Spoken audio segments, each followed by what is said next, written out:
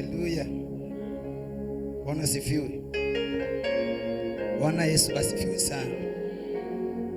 Twagomba tubandanye ariko turabibutsa yuko turiko tumabwiza bariko baraca kuri YouTube live. Urashobora kufisa inshuti zawe zitari hano ko baragenda direct kuri YouTube igikorane cyacu. Urashobora kurungikira inshuti zawe ziri hirya no hino kugira ngo bakurikirane igikorane batashoboye gushika hano. Urashobora kurungikira link abantu hirya no hino kugira ngo abo bafashwe n'ijambo ry'Imana. Imana ishimwe cyane. Kwa bantu bakoresha amatelefone aya Android, urashobora kwandika muri YouTube, turaguha akanya wandike kugira ngo ushobore kurungikira inshuti zawe. Abakoresha aya matelefone ya Android, wandikemo Pastor Joseph Nduwimana. Chubona ibyo turakorera hano, urungike mu magroupe atandukanye cyangwa urungikira inshuti zawe hirya no hino kugira ngo ubutumwa bwiza bushikire n'uriya muntu atashitse hano. Haleluya. Na mpamvu nimwe yuko umuntu atumviriza ubutumwa ahari hose. Iyo bari ku kazi, iyo bari mu kindi gihugu, iyo bari mu ntara, ategerezwa gukurikirana ubutumwa bwiza. Amen. Sinzi ko mwabibonye afite amatelefone. Nimba utarafyonda hano kuri sabone wafyonde kugira ngo igihe cyose tuzoshira ku butumwa bwiza cyangwa tugiye alinye nawe uce turonka message. Iyo ufyonze kuri sabone bigufasha kuronka message ku telefone yawe burigihe tugiye kuri YouTube turagira ubutumwa bwiza. Ufyondere kuri sabone hanyuma uce urungika iyo link mu magroupe atandukanye. Ni bande babikoze ibyo mvuze barafite telefone namaze kubikora. Imana bahezagire. Mwongere musengere kino gikorwa kugira ngo Imana igikomeze. Dukeneye ko abantu bari hirya no hino n'ahandi hataragera ubutumwa bwiza nabo bashikirwe n'ijambo ry'Imana. Haleluya. Warashitse hano urafashwa kubera radio ariko hari n'uwundi muntu ari ahantu atakaradi afite mbwa afite telefone iragidashikaho nawe bikwiriye ko ashikirwa n'ijambo ry'Imana. Mumfashe duhicubahira Imana kubw'iki kintu Imana yakoze. Tubiza bushike ubisengere kandi wongere ukora icyo ushoboye. Bikeneye n'uburyo, bikeneye amafaranga. Haleluya. Ukora icyo ushoboye Umwuka w'Imana yogufasha gukora icyo uzokuma mwe mu Imana gubwiye gukora uzugikore kugira ngo terere bisaba amafaranga atari. Ubu turakora dufise connection itameze neza, ya dufise uburyo bwo gushiraho wifi imeze neza ariko byose ni bukebuke. Hamwe nawe na jewe byose bizogenda neza. Haleluya. Turakeneye yuko abantu babohoka mu nzira zose. Amen. Imisi yose dimanche utaje hano byashitse ntuze uzokurikira. Kwa gatatu utaje uzokurikira. Cyangwa ubwira inshuti zawe ziri mu mahanga ukurikira. Nijoro kwa gatanu zijyanyigisho zo ku radio nazo zizohora zicako. Bisaba rero ko ubwira inshuti zawe ziri hirya no hino abo bashikirwe n'ijambo ry'Imana. Imana ibahezagire gose. Nari mvuze ngo Imana ibahezagire gose. Haleluya. Nukujana n'igihe. Igihe kirihuta. Natwe ni byiza ko tunyaruka. Amen. Uburyo natwe mu minsi itari myinshi televiziyo yacu izuba yakomeye neza neza. Amen. Yego yaratangiye. Ikomere Imana itange. Haleluya. Ukeneye ko na televiziyo ya repentance imeze neza. Turonke amakamera meza, turonke ibikoresho byiza. Bintu byiza. Haleluya. Ntacamba Imana yavuze ngo ritakare. Oya Imana ivuze iragishigikira gikomeza. Imana iheze. Tugiye kuririmba gatoya hanyuma twakire abakozi b'Imana, tuzakoze b'Imana tubwira amajambo y'Imana. Uyu munsi urajya. Mvuze ngo uyu munsi urajya. Sema haleluya. Uyu munsi urajya uranywa mu buryo bwose. ndazi yuko hezagirwa cyane. Reka basanga muhaguruke ko tugiye kumara kandi atari gato twicaye kumve cyangwa Imana ariko tubanje kuririmba. Banze turirimbe saba baririmbyi bicaye muze hano turirimbe nk'iminota 10 muze turirimbira Imana tubyinira Imana gato hanyuma twinjire mu ijambo twese twumva tumeze barindi mwicaye ngaho mu ntebe muze.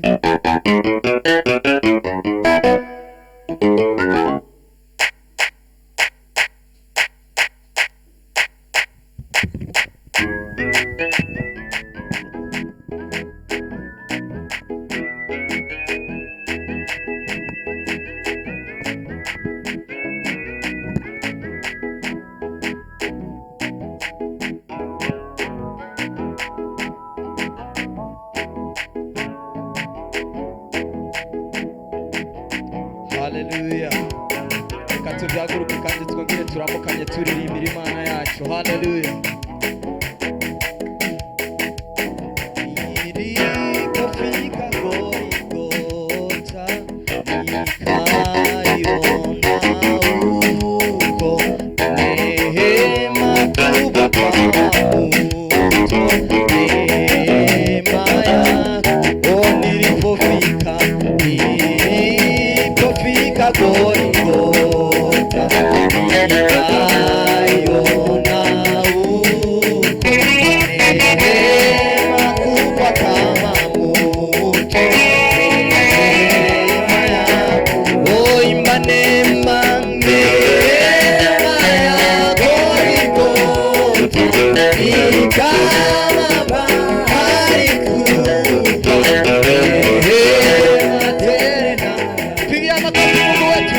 Neema yako. Oh, imba neema, neema ya Golgotha ni kama bahari kubwa,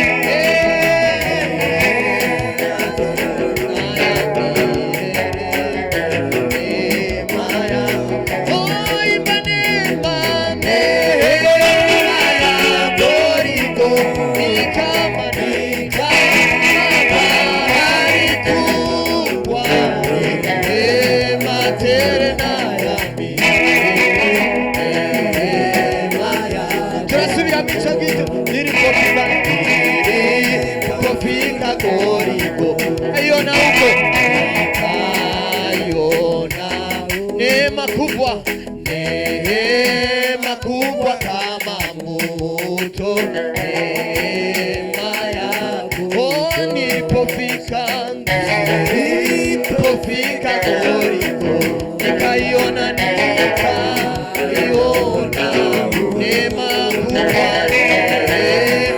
kubwa kama mto, neema yako. Oh, imba neema, neema yako ni kama bahari kuu, tena ya milele. Oh, imba neema, neema yako kama bahari kubwa, neema tena.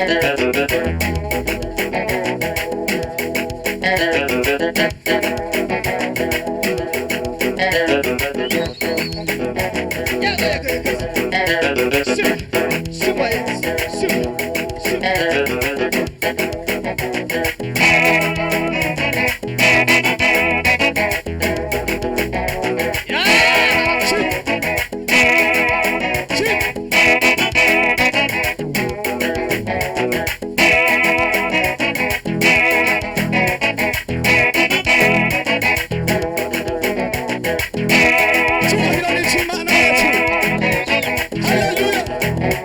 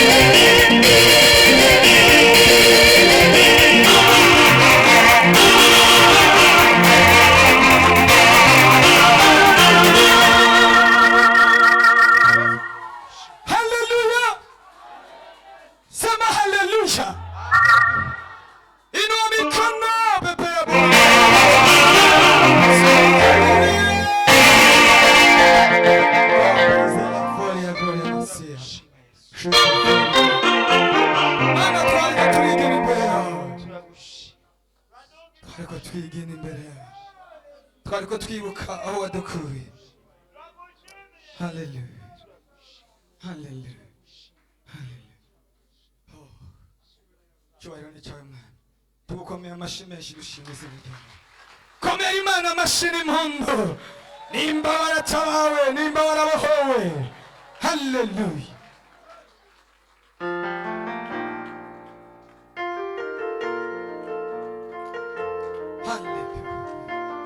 Prepare Bwana amechesha ni hai. Haleluya. Masha kubyagira Imana bamugisha. Dukomere Imana amashyi bw'abarinzi baduheze.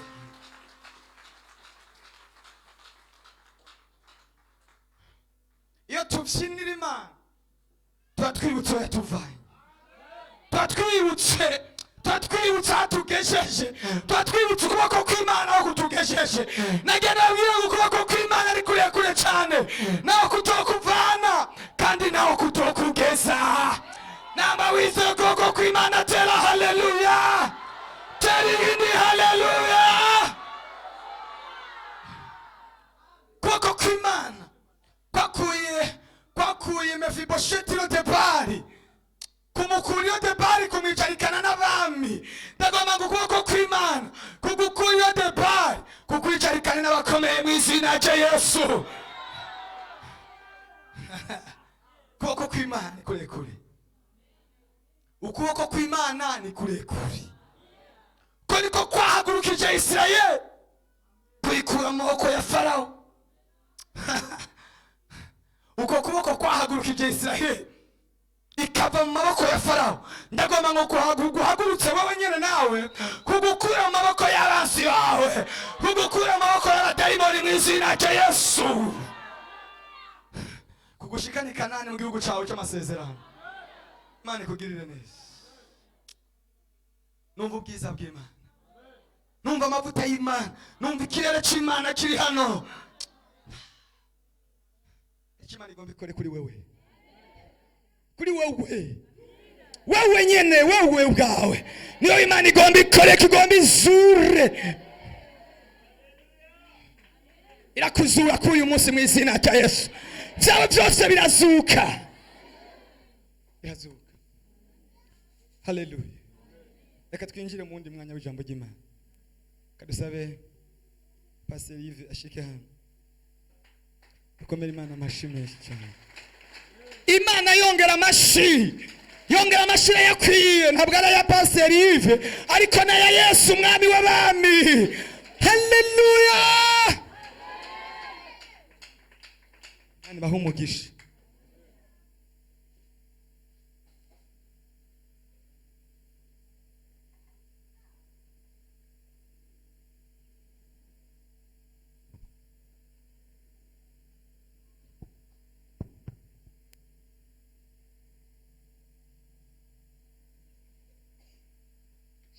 Yesu imbuze mu mwami wacu ahabwa icyubahiro. Bwana asifiwe sana. Haleluya. Ndabaramutsa mu izina rya Yesu.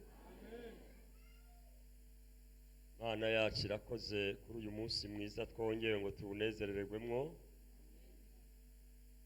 Uwo mwicaranye ngo burgira caguhise ku mugambi. Icyo gituma muri iri joro tutatashe. Ijoro harabatashe, ugiye ku mpanda usanga bariko barashingura, ugiye muri morgue usanga y'abantu, ugiye mu bitaro usanga hari abandi bariko baravuza induru, bariko bararibwa n'imibiri kubera ingwara. Ntituzi gushima bene data. Uwo mwicaranye ngo yaba twari tuzi gushima cyane. Imana idushoboze kumenya gushima Imana. Abantu bagomba gushima uko babonye ibifatika. Ariko ubiririra kuko ukomeye. Igikomeye si bifatika, igikomeye nuko ukiriho. Wona umugisha. abakiriho bagihumeka mumbugire ngo amina cyane. Bwana asifiwe. Sifa kwa Yesu. Cyatumye turyama tukabyuka uko Imana ikidufitiye umugambi wo kudukoresha. Haleluya. Haleluya. Abo duherukana ku munsi wa gatatu bari hano ku wa gatatu. Uyu munsi benshi ni bashaje. Reka dusome ijambo ry'Imana. Zingura Bibiliya yawe kandi uyizingure uhagaze, nawe utayizanye uyihagarare. Ubwo kubaha ijambo w'Imana, Imana ibahezagire mwebwe mwumviye.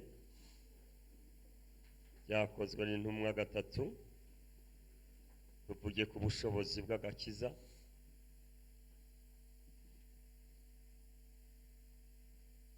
Byakozwe n'intumwa gatatu, Actes des Apôtres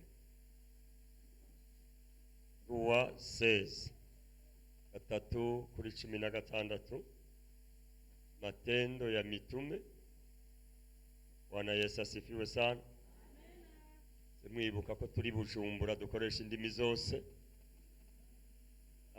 Inawezekana kuna mtu hasikie Kirundi, tunaweza tukamsaidia. Tunaweza kuinua mkono. Pese turumva. Imana ihabwe icyubahiro. Ari urimo atumva Kirundi?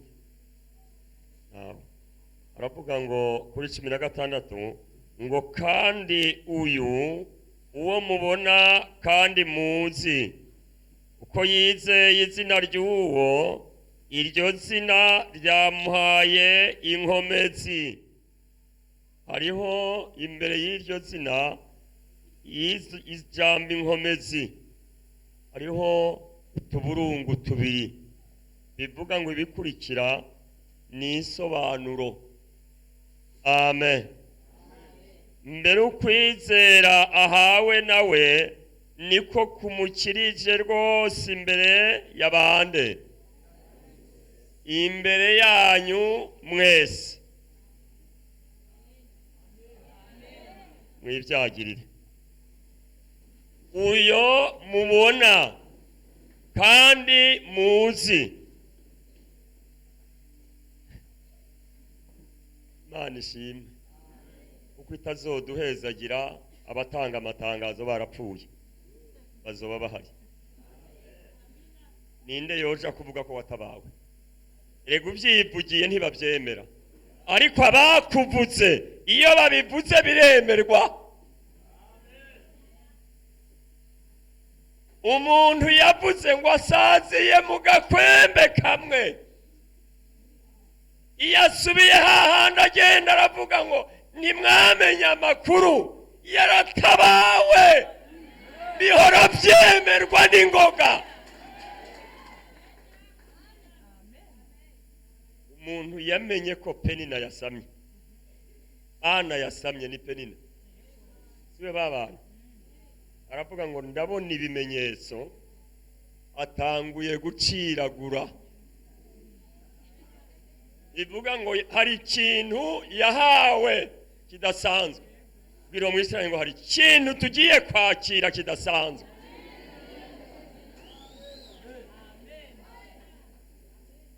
Bwana sifiwe.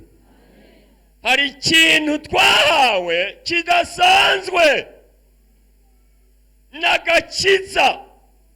Agakiza kavuye ku ijambo gukira. Ega hakiri warameze gute? Mbariro mwicaranye ati burya iyo duhura nkigwaye wewe ntiwari nyabwa araya uba wigira. Wari kukunyereka nkigwaye. Ntiwansimba n'umutari bujaje nakwereka kweri. Wewe mwicaranye ngo burya turi bamvuye kure. Twapfuye kure. Turi bamutoka mbari. Mukozi w'Imana irazi gutabara. Yatugobotoye niko Paulo yanditse hariya mu Bagalatiya 5 ukarongo kamera ngo yatugobotoye, ariko urumva kugobotora hari ahantu satani yari yaratugobetse, Kristo aje aratugobotorayo.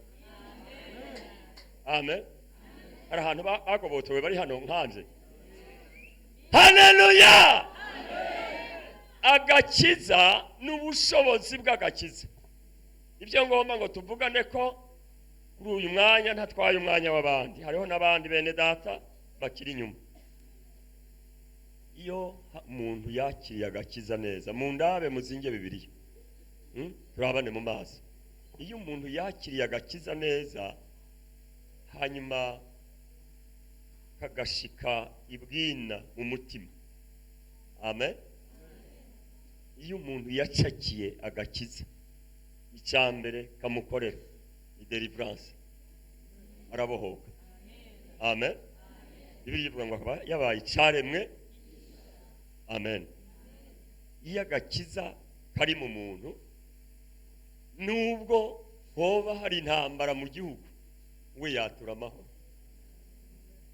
Ariko iyo gakiza kabuze, abantu nibwo bavuga nabi, akavuga nabi n'urugo rwiwe, akivuga nabi nawe ubwiwe. Wamubaza uti mbega urakomeye, ngo yandandara. None ni wandara, baryamye muri rwakarede bo bandara gute? Urumva haba hari ikintu kibuze. Ariko iyo hari agakiza ngo kararema ibitahari bikahaba. Agakiza gafatanye no kwizera. Ukwizera kubwira umuntu ngo nubwo biruko ejo suko bizoba bikimeze. Agakiza, wakira agakiza mu izina rya Yesu. Icyo mugacakira agakiza, ntiwosubira kuza mu nzu y'Imana uje kuturoka. Ubizana hano tukabiturira. Hari abarozi bicaye hano, ariko numvise mwe amubwira ngo umunsi umwe tuzokugara porotaye. Ntumenyere kuzuraza. Mwe muyere umunsi umwe ngo tuzokugara porotaye tugufate. Nababonye muri tuzobwira bigize imodoka imbere canke inyuma twugare porotaye. Uzodusimbana umutaro. Hari abasore hano nzobabwira. Tuzogufatira hano. Urakumbura ubizane hakiri kare. Tuzogufata cyane. Mwe yarazigira abamaramaza abarozi bamaze imisi baza. Nshishikare turaguhaye karibu uze kenshi. Ugende uhamagare n'abandi. Uti hari ahantu nabonye. Ubatsa nari benshi. Wa undi yavuze ngo akamenyero kica. Agakiza iyo kahari umuntu yakakiriye neza. Amen. Nubwo yoba abanyamadeni basidukanye n'iyonka, bagatonda ku miryango abandi amakonvokasiyo, agakiza karakubwira ngo humura mwana wanje, turi kumwe. Uko agakiza niko gatuma twumva ijwi rya Mwemu Yera. Amen. Mureke gusamara mu ndabo. Ntabwo twumva ijwi rya Mwemu Yera kubera ko uyu munsi hari ikibazo. Abantu bazi kwiyo Ive yahezagiye akagura imodoka, ni iki gihe muvuga ngo arasenga kweri. Arasi n'umusenzi vraiment. Biratandukanye inyongera. Urabona kugene muri ko murabivukanisha ntibisa. Biriya ni inyongera data tegeka zikadukurikira. Zikaturondera aho duciye. Wakati korose bigakati korose bikurondera. Ariko wewe upima ubirondere. Ivyambika amababa bikaguruka. Naho abantu bagongana no mwibarabara. Kubera amaso bayakanuye. Ngo hari umuntu yanyemereye Samira ugahava kugwa ku giti. Ariko bibagutumiye mu gikorane ntuza wiruka. Uzukwega amaguru. Ngo ni bya bindi by'aba pasitore ngo sinzi ibyo batubarira. Agakiza. Reka turabe muri Bibiliya umuntu umwe yakabuze ingorane yaciye yagira. Iyo kabuze wibaza ngo biguma gutyo. Nta nubwo byijana. Agakiza. Iyo kabuze ni iki gihe umuntu abiba imbuto mbi. Nane dutabara. Umwanditsi w'imigani 12:14 yaravuze ngo umuntu azotungwa nibivuye mu kanwa kiwe. Bivuga ngo ibyo twiyaturako birarema. Birema ibitahari bikahaba. Amen. igitabo cya Rusi hirya gatoya hano, igitabo gikurikirana n'abacamanza ku bantu batamenyereye guserangura Bibiliya, muziraba mugeze hano, nani gutabare guhinzana n'inyote yo gusoma ijambo ry'Imana no kuritahura. Rusi igice cya mbere, dusabe umukozi w'Imana mwarimu asome ahereye ku karongo ka 12. Wumva umuntu agakiza kagiye, umuririmbyi asharavuga ngo itegereze neza aho gitwaye agakiza, utabuhetse mwana yahiseke. Kaze gusoma Rusi igice cya mbere kuri 12. nimwisubirira inyuma bakobwa banje, nigire kuko ndenze gucurwa. Ni banza hagarara, ninde yarabwiye Naomi ko arenze gucurwa? Abarabimubwiye niwe yavyibwiye. Iyo agakiza kabuze abantu, umuntu acika intege, uba desespere. Hajya rero kandi umuntu iyo yacitse intege, imvuga asohora. Narababwiye ngo hano ni ku kibuga c'indege mu Ndabe.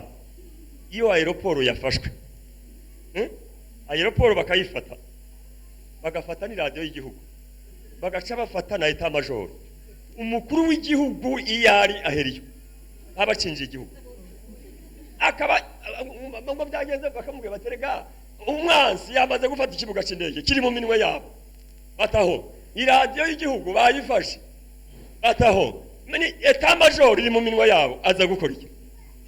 Aheriyo iyo yarari aeroport. Narababwiye ngo naho muri aeroport habera iki? Uruja n'uruza, entrée et sortie. Burya umuntu gukora byose imigambi iraha. Iyo satani yisha ahantu, ni iki gihe umuntu aryama agasinzira.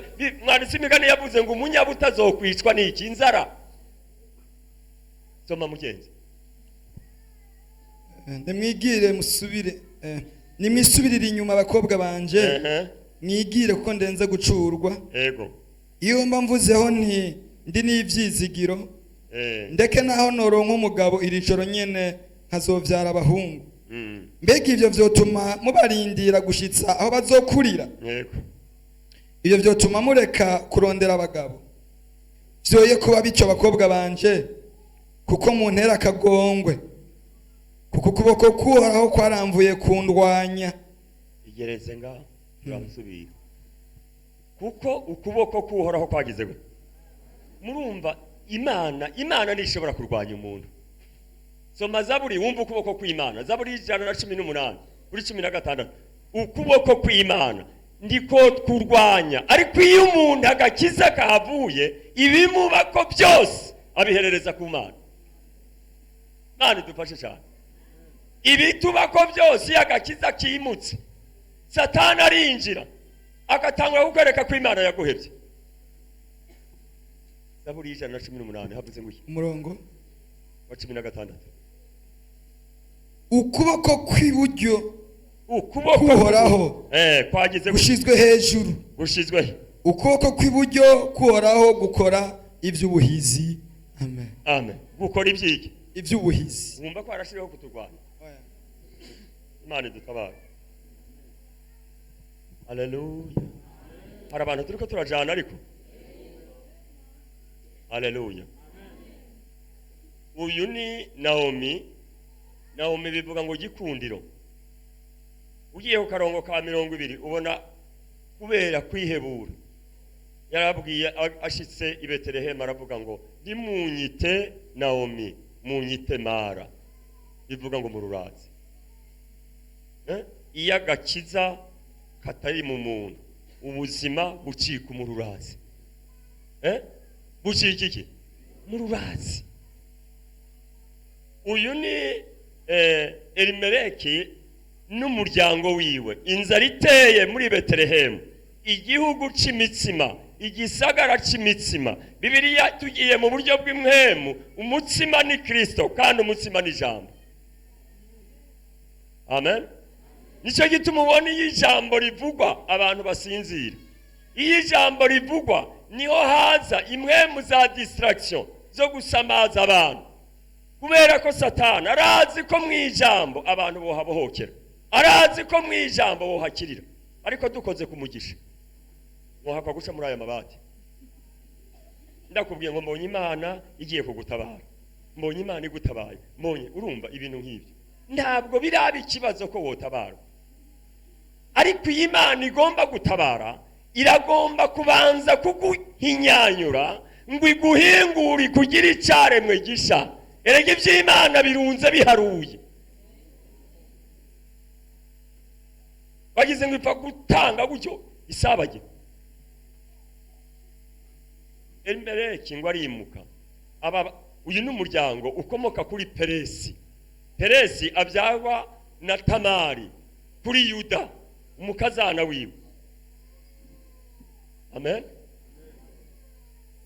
Baja mu gihugu cy'Imowabu, bavuye mu gihugu cy'imitsima bimukiye mu gihugu cyavumwe. Mowabu ni igihugu gisagara kivumwe. Nabuzukuru babi Mowabu na Amoni n'abantu bakomoka ku bakobwa babiri ba Loti, n'abana ba Loti bakaba nabuzukuru ba Loti. Nani dutabare cyane. Abasoma Bibiliya barabizi, baboreje se baryamana nawe ababyara kwabo bakobwa, Imana irabavuma abo bana. Niho bagezeyo n'abahungu biwe babiri, bageze i Mowabu, Elimeleki arapfa agwayo, asiga umupfakazi wiwe. Alo, amusize abo bahungu bari bararongoye abakobwa babiri, umwe yitwa Rusi uwundi Orpa. Amen. Aba bakazana baza kwisanga mu nzu ari batatu, nayo nabukwe umupfakazi. Ibi baye association de veuve, ishirahamwe ry'abapfakazi. Nabukwe niho yabahamagarira arabegera arababwira ngo bakobwa banje, murumva iyo umuntu yatakaje ibyizigiro. Sara yabyaye kuri double menopause, ariko ndakunda agakiza ni keza, kaza kakarema n'amaserire y'umubiri agasubira akaba mazima.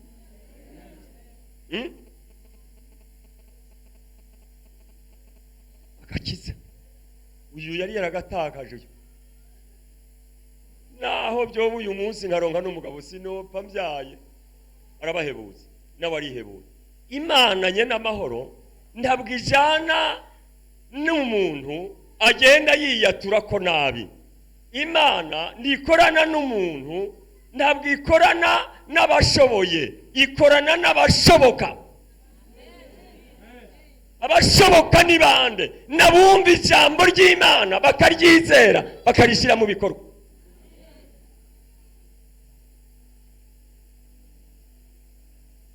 Orpa aba yabyumvise ngo agumbira nabo aramusezera, ngo ariko Rusi aramubwira ngo ntusubire kunyingingira kuguheba. Ibyo kuguheba never, ibyo byo he kuramo. Imana yawe nizo Imana yanje, Imana aho uzogwa niho nzogwa. Nayo majambo yavuze. Barahaguruka barajana, bashitse i Betelehemu. Ngo yari yumvise amakuru ku Betelehemu hasubiye kuboneka ibyo kurya. Umwana arababwiye ngo umwana wo mu nzu burya nubwo batoteka, hari abana naho kabari gatoya k'imyaka 2 iwabo batatetse kubera ingene karezwe, kagiye mu muhana bakabwira ngo tukugaburira, kubira ngo nariye kandi atariye. Birabaho ntibibaho. Umwana wo mu nzu yamana ibanga ry'urugo, ariko umukozi aba yagiye kubivuga ngo bosi uyu munsi kuva mu gitondo ntitwatetse, ariko abwira umuboyi kugira ngo baze gusangira rasiyo yaho batetse. Umwana wo mu rugo, amen, ngiriwe mwisharanye ngo turi abana bo mu rugo. Umwana wo mu rugo ndavuga nabishengero ryiwe, ndagenda aravuga ngo womenya ngo muri repanaze ngo biriko biracika, kuko abantu babivuga n'abana bo mu rugo. Ni mwebwe mugenda muamamaza ibikorwa bibi bya Satani, ubu uri kuramukorera publicity. Ariko umwana wo mu rugo yamana ibanga akavuga ngo ibiko bije binteye gusenga. Abakunda gusenga mugire gutya. Haleluya! Uzombwira ishengero rimwe ritahura n'intambara. Muzoritwereke. Worikura he? Kuko yavuze nyene ryo ngo mwisi muri n'amarushwa menshi. Ariko aravuga ngo muhumure naranesheje. Bwana sifiwe sana. Agakiza turiko tuvuga ku bushobozi bw'agakiza. Kaza gatera umuntu ivyizigiro. Ngo ivyizigiro bikazana amahoro. Amahoro akazana umunezero. Uzuraba umumama afise abana batandatu bakuze bageze mu bigero. Yikoza abanyagisagara abakore bibujumbura muri komera amashi. Baca bikora neza atiri barisiga bya bindi by'amabara akisiga amavuta yiwe agakenyera impuzu yiwe wamuraba ari kumwe n'umukobwa wiwe ngo muravukana kubera iki n'igikundiro ari kubwiza bw'Imana. Haleluya! Bwana sifiwe sana. Impuzu ari imuka yimesa ijoro. Ntabwo tuberwa kuko twambaye izizimbye, ariko tuberwa kuko twambaye Kristo azimbye. Bwana sifiwe sana. Iki gisagara twe twarigeze kukijugumiza, ariko uwo muntu yabikora yarapfuye. Mana ishimwe ko atakiriho. Nani ishimwe mukomera Imana amashi. Uwo ntakiriho. Twarigeze kujugumiza iki gisagara. Abantu hari magaze bita Champs-Élysées. Aha hasigaye ari kwa Nawumu. Niho yakorera. Niho abategetsi bagurira impuzu. Niho twinjira tukagura impuzu. Kumva kwambara ikirato cha $200 byarubusa. Kuko amafaranga umuntu kwarokorera kinisha. Urumva umuntu yambaye wafunze kitoko igera ngaho. Sentire $100. Umuntu yakuraba akavuga ati uyu muntu ariko ntitwaberwa. Nta munyabyaha apfaberewe ntibibaze baguhenda. Nta munyabyaha berwa. Tuberwa kuko turi ku bwiza bwa Kristo Yesu. Nta kindi ntibaze bakubesha. Agakiza umuntu akaburara ariko akagenda twenga mwibara. Nimo ndani ya Yesu naburudi mwibarabara. Kandi hariya muhira hariho umuntu akurindirije convocation y'inzu uheranye. Nimo ndani ya Yesu washika muhira we bara atuna burudika nipatie faranga yangu. Ukamubwira ati mzee we nyamanza kidogo tulia. Mafaranga yawe mu mwanya urayaronka. Ibyo ni ibintu bito cyane. Ibyitsikiro. Ngo bageze i Betlehemu Imana yitegereje Naomi kubera amajambo yatura iramureka ica muri Rusi umunyamuhanga kazi. Uko niko twakiriye agakiza abanyisirayeli bakanze. Kristo araza agatamika abanyamahanga. Bakira agakiza ba mukobwa. Haleluya! Muhaguruke mu nterere haleluya. Twakira agakiza. Twara abanyamahanga. Twara abanyamahanga ntabwo twari tubyemerewe. Barakanga bamaze kukanga. Kristo araza. Wanasifiwe? Bwira mwicaranye turakabona bamufashe yaje kubatoroka twari kuba bande. Ibara ntiryari riri kuba umbiriza rero impumyi yitwa Barutolomayo ngo umunsi umwe yumva arabaza ngo ibyo niyo nduru numva ni iki. Baramubwira ati rega ni Yesu bavuze umunyanazareti. Ariko Barutolomayo ngo ashararema agaruka ku isoko. Arasemerera avuga ngo ngirira imbabazi mwana wa Dawidi. Ngo iryo jambo yavuze Yesu uri mukora ku mutima. Baravuga ati uyu muntu aranze agarutse ku isoko iyo yakomoka. Ngo asharavuga ngo ni mumunzanire. Alo Bwana sifiwe. Arema amajambo mazima abandi batari bazi. Ariko bamwita umunyanazareti. Arikavuga ngo mwana wa Dawidi. Uyu Rusi niwe yabyaye yaje kurongorwa na Bowazi. Bowazi abyara Obedi. Obedi abyara Isayi. Isayi abyara Dawidi.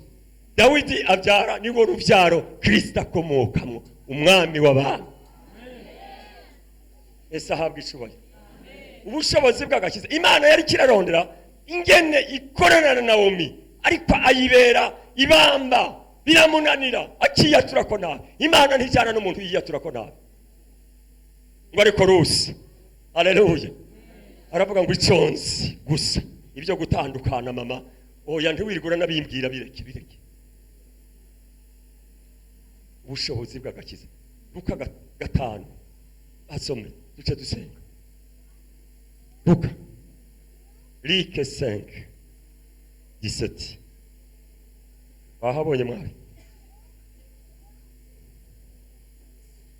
kumve ku bushobozi bw'agakiza Yesu akiza ikimuga ku munsi umwe muri iyo ku munsi umwe muri iyo burya haba iminsi agira gute yarigisha abafarisayo n'abigisha ibyagezwe ari bicayeho bavuye mu mihana yose y'i Galilaya n'i Yudaya n'i Yerusalemu kandi ubushobozi bw'umwami Imana bwari muri we bwo gukiza indwara maze haza abagabo bazanye ikimuga bagiteruye mu nderuzo barondera ingene bacinjiza ngo bagishire imbere yiwe baboza aho bacinjiriza ku bw'ishengero burira hejuru ku nzu bagicisha mu mategura ayisakaye bacururutsa mu nderuzo hagati y'abantu imbere ya Yesu abonye ukwizera kwa aravuga atewe wa muntu we ibyaha byawe urabihariwe abanyabwenge b'ivyanditswe n'abafarisayo batangura kwiburanya utuyo ninde arogose ninde ashobora guharira ibyaha atari Imana yonyene maze Yesu amenye ibyo biburanya arababaza ati mwiburanye ibiki mu mitima yanyu icoroshe ni ikihe nukuvuga ntuhariwe ibyaha byawe canke nukuvuga nti byukugende ariko kugira ngo mumenye yuko umwana w'umuntu afise ububasha mwisi bwo guharira ibyaha abwira ico kimuga ati ndakubariye byuka wikorera inderuzo yawe utahe aca byuka imbere yabo yikorera inderuzo yararyamyemo abyuka imbere y'abandi yabo bamwe babuza ko yinjira bagwira mu ijambo hari abantu bavuze ngo ntuzotera imbere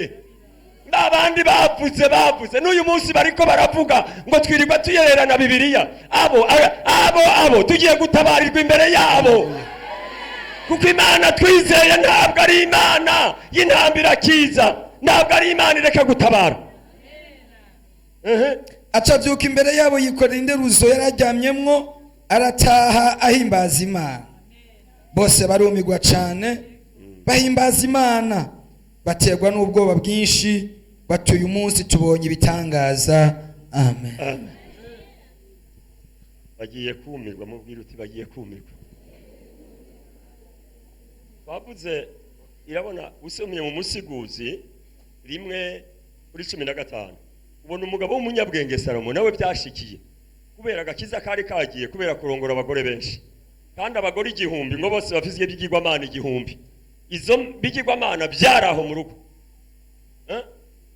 bimumuza Salomo gutera imbere uyu mugabo w'umunyabwenge niwe yavuze ngo mbege ikigoramye cyoshobora kugororwa kandi usomye Bibiliya neza irerekana ingene Salomo yari yarahawe ubwenge n'Imana yahawe ibintu bibiri ngo mubabayeho n'abazoza nta muntu yigeze kugira ubwenge nkawe kandi nta n'urashikana amafaranga ntayo Salomo yari afise ariko agiye kuvuga avuga nk'umuntu yataye ibyizigiro mbege icyagoramye kirashobora kugororwa usomye muri Luka 13:10 ubona Yesu akiza umugore ngo yaragwaye imyaka 18 agenda hetamye umugongo ngo birashoboka kubizera haleluya birashoboka kubizera iyo agakiza kabuze bashake bagusengera yitwa gute ibigenda biciye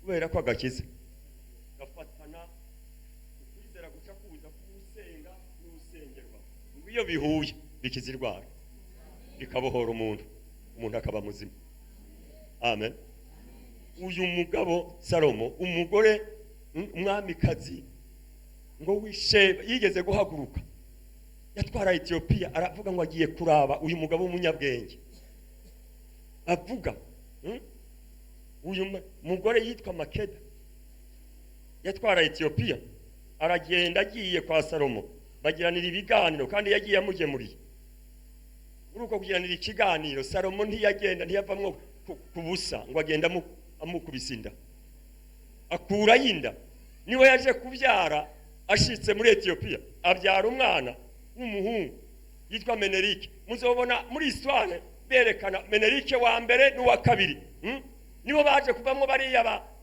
ba Yesirasiye mu bantu babayeho uretse Jezikri yise ko ari intare mu muryango wa Yuda Yesirasiye bayi wa kabiri yavuze ngo Lion of Judah ni aha barasta babikuye uzobona barasta bafise amadarapo ari queen asabye kw'intambwe niyo bikomoka bariya n'abayuda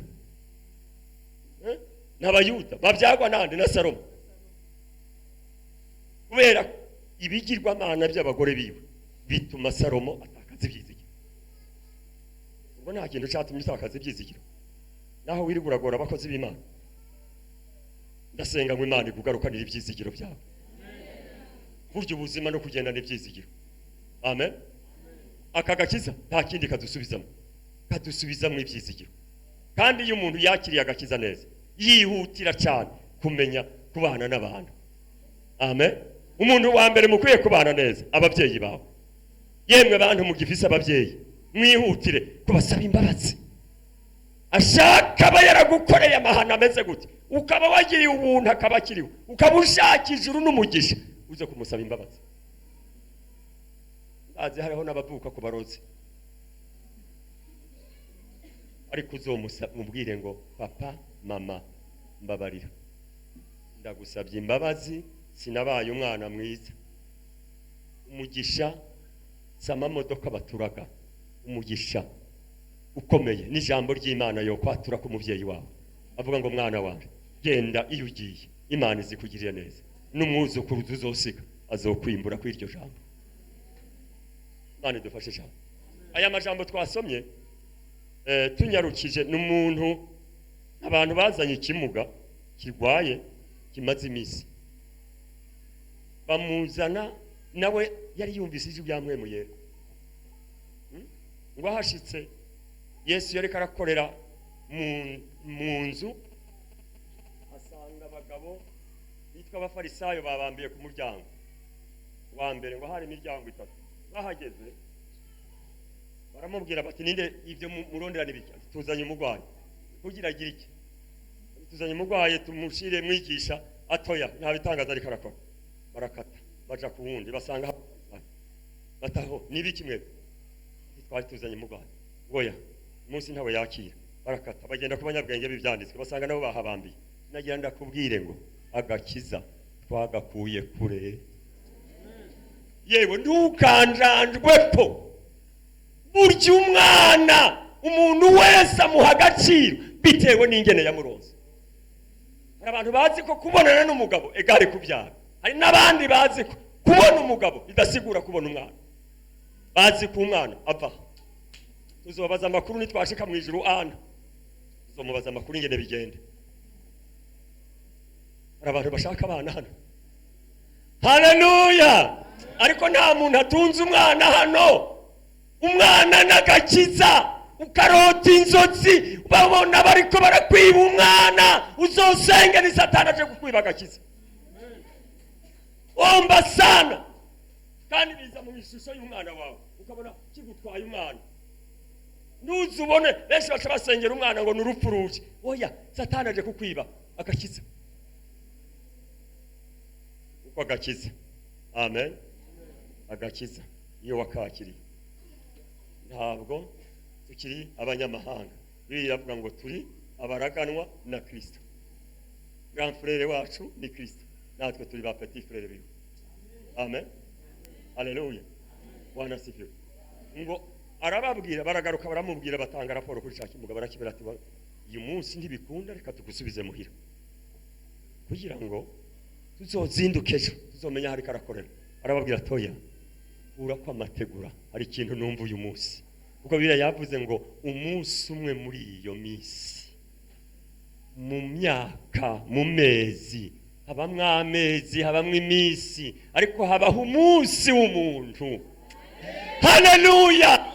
Hari igihe iminsi itambuka abantu bakavuga bakongera bakavuga, ariko muri iyo minsi hari umunsi Imana yagushingiye, hari umunsi Imana yashinze ku muntu wese wo gutabara. Arababwira ngo mukureho amategura, ninakira nzoza kuhubaka. Babigije ubwenge bakuraho amategura ngo niho bamanura n'inderuzo igitangaza cy'abantu niho batumbereje inderuzo basanga ni ku birenge bya Yesu. Haleluya. Ubushobozi bw'agakiza buri mu kwizera,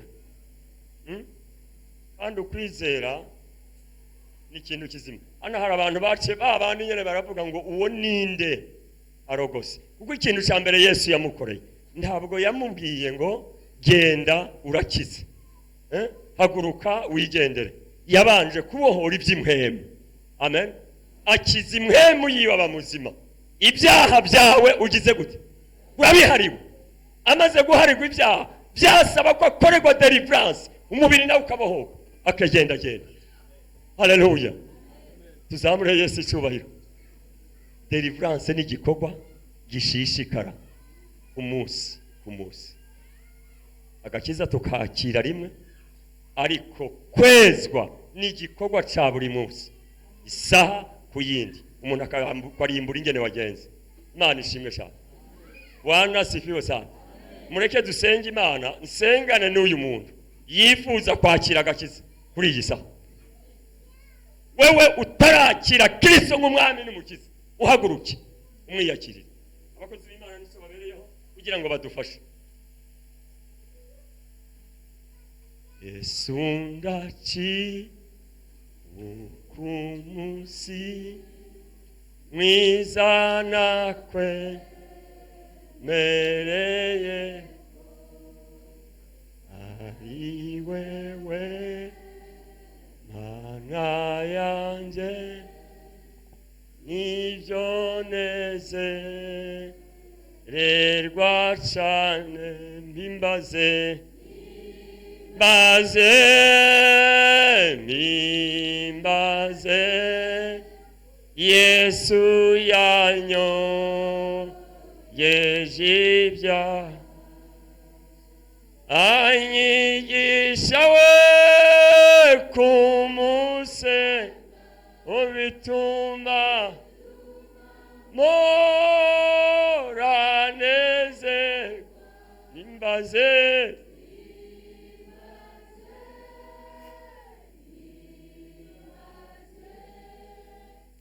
Yesu.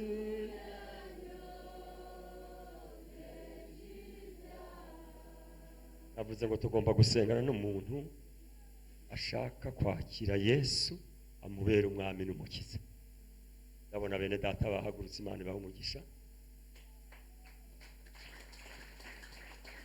Amashi menshi n'impundu ku Mana.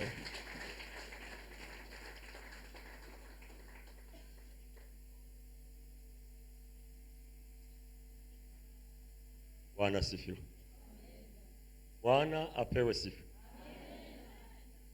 Haleluya. Tubasabe aba bantu mbona ari bake. Bishop adufashe. Mwebwe ni muri bashasha. Barumaze kwakira Yesu nk'umwami n'umukiza. Navuze umuntu atarakira Yesu nk'umwami n'umukiza ari ubwa mbere. Kubitandukanye. Hanyuma turangije gusenga muze kuraba mwarimu muvugane abafasha. Data turagushimiye kuri Imana nziza ifise imigambi n'imigabo myiza kubo yaremye mu ishusho yayo. Tugushimiye iyi saha nziza mwamenye n'amahoro aho mwemu yera ahereje kutugaburira ku vyera byawe ariryo jambo ryawe. None rero abene data baryumvise bararyizera, bagomba kwiyakirira Yesu ngo babere umwami n'umukiza mu izina ryawe Yesu Kristo. Mana urabagirira neza mu isi y'abariho, ubarinde wa mubi n'imyambi yiwe, kandi ubabohore mu izina ryawe Yesu Kristo. Urakoze n'abandi bose bari hano, umuntu wese yatirimutse mu byizerwa, Mana y'ubushobozi, muhemu wawe yamwongera inkomezi n'intege kugira ngo aronke ibihe byo guhembuka ingene biza muri we. Urakoze, ibihe turimwo mwami ntibyoroshe, ariko mwami abarongorwa na muhemu nibo bana b'Imana. Turagushimiye kandi turagukengurukiye, tugukomeye n'amashi menshi kubw'icubahiro candiho. Amen. Reka twongere Imana amashi menshi cyane. Hallelujah. Hallelujah. Agakiza karimwo ibintu byose. Agakiza karimwo amahoro, agakiza karimwo kugubwa neza. Iyo umuntu afise agakiza aba afise ibintu byose. Hallelujah. Agakiza kawukumeko ukagumeko, ugafata nk'ikintu kidasanzwe waronse, kazokuvana haka kugeza ahandi, kazokuvana ku rugezo rumwe kugeze ku rundi. Imana iguhe umugisha mwinshi cyane. Reka tubandanye dukomere Imana amashi kubw'iryo jambo. Ntabwo ngomba kuvuga byinshi, reka duhe kaze undi mukozi w'Imana, duhe kaze Pastor Emmanuel ashike hano, nawe tubwire ijambo ry'Imana. Ko tuzakoze Imana benshi tugomba tukoresha umwanya neza, nabo tugomba ngo umuntu wese ari hano agira ikintu atahanye. Komera Imana amashi tumuha kaze.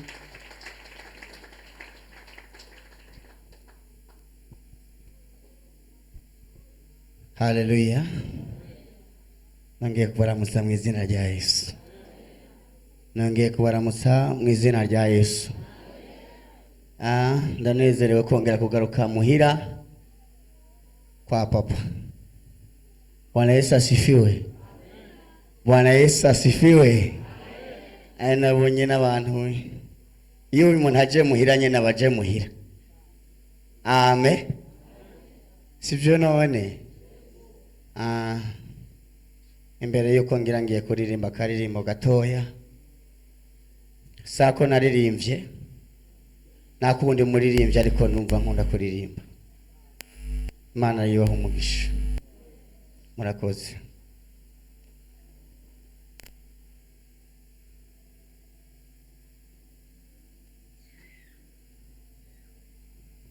Indirimbo ya kabiri.